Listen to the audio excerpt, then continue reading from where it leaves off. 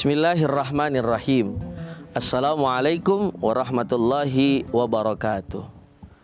Alhamdulillahilladzi hadana lihadza wa ma kunna linahtadiya laula an hadanallah.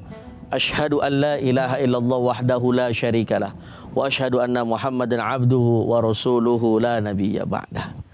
Tribuners dimanapun kalian berada, Allah Subhanahu wa ta'ala memerintahkan kita untuk selalu mengambil manfaat apa yang ada di muka bumi ini.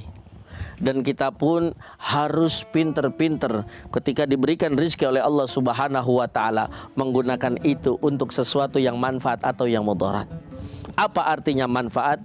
Manfaat adalah sesuatu yang bisa mendatangkan fungsi yang lebih baik lagi daripada yang kita butuhkan.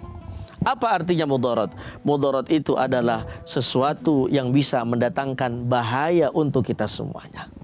Maka kemanfaatan serta kemudaratan ini adalah menjadi satu hal yang harus kita bedakan. Contoh misalkan saat ini kita diberkahi oleh Allah Subhanahu wa ta'ala harta yang banyak. Apakah harta itu untuk manfaat ataukah harta itu untuk sesuatu yang mendatangkan mudarat? Kapan harta itu bisa menjadi manfaat? Kalau harta kita gunakan untuk kebaikan. Contoh, ada pesantren sedang dibangun, kita gunakan harta kita itu untuk membangun pesantren. Ada misalkan anak yatim yang sudah memang tidak punya seorang ayah, maka harta yang kita miliki bisa mendatangkan manfaat untuk mereka-mereka yang membutuhkan. Misalkan ada juga manfaat buat orang-orang yang suaranya bagus, kita gunakan suara bagus itu pertama untuk mengumandangkan daripada azan, bahkan untuk mensyiarkan daripada bacaan Al-Quran. Namun di dalam kehidupan tentu saja kadang-kadang ada ujian yang kita hadapi. Mohon maaf, ada harta yang kita miliki banyak jumlahnya, namun mudarat lebih banyak ada di dalam hal tersebut. Contoh, punya harta banyak tapi mohon maaf tidak digunakan dengan baik. Justru harta banyak, mudaratnya banyak. Harta banyak pergi ke mana yang bisa melupakan yang namanya perkara akhirat. Punya harta banyak, dia datang ke bar, dia dugem. Punya harta banyak, misalkan mohon maaf untuk berfoya-foya, dia kumpulkan geng-gengnya, dia kumpulkan teman-temannya untuk lalai kepada Allah Subhanahu wa ta'ala. Yang membedakan antara sesuatu harta itu manfaat atau tidak adalah dari bagaimana penggunaannya. Kalau penggunaannya baik dan tepat, maka insya Allah harta itu akan menjadi harta yang manfaat. Tapi sebaliknya, kalau misalkan kita gunakan dengan sesuatu yang tidak tepat pada tempatnya, maka harta itu akan mendatangkan mudarat. Tribuners yang dirahmati oleh Allah Subhanahu wa ta'ala, termasuk kita sebagai manusia biasa, harusnya ketika diberikan anugerah oleh Allah Subhanahu wa ta'ala berupa pikiran, kita harus bisa berpikir kira-kira mana yang bisa mendatangkan manfaat serta mudarat.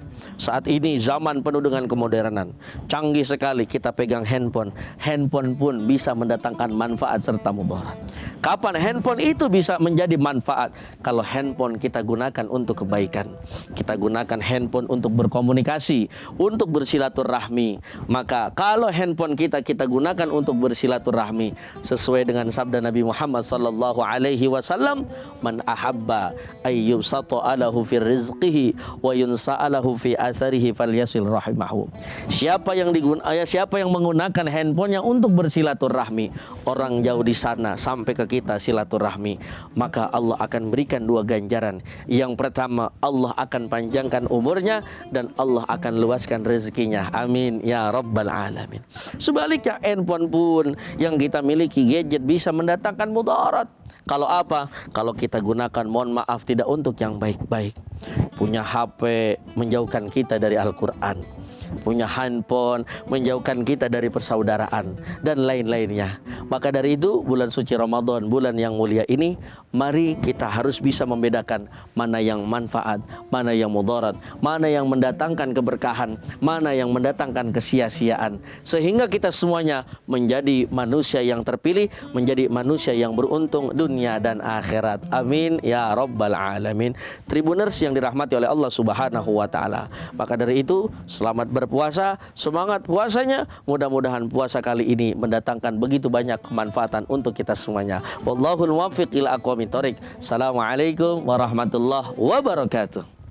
Terima kasih sudah nonton. Jangan lupa like, subscribe, dan share ya.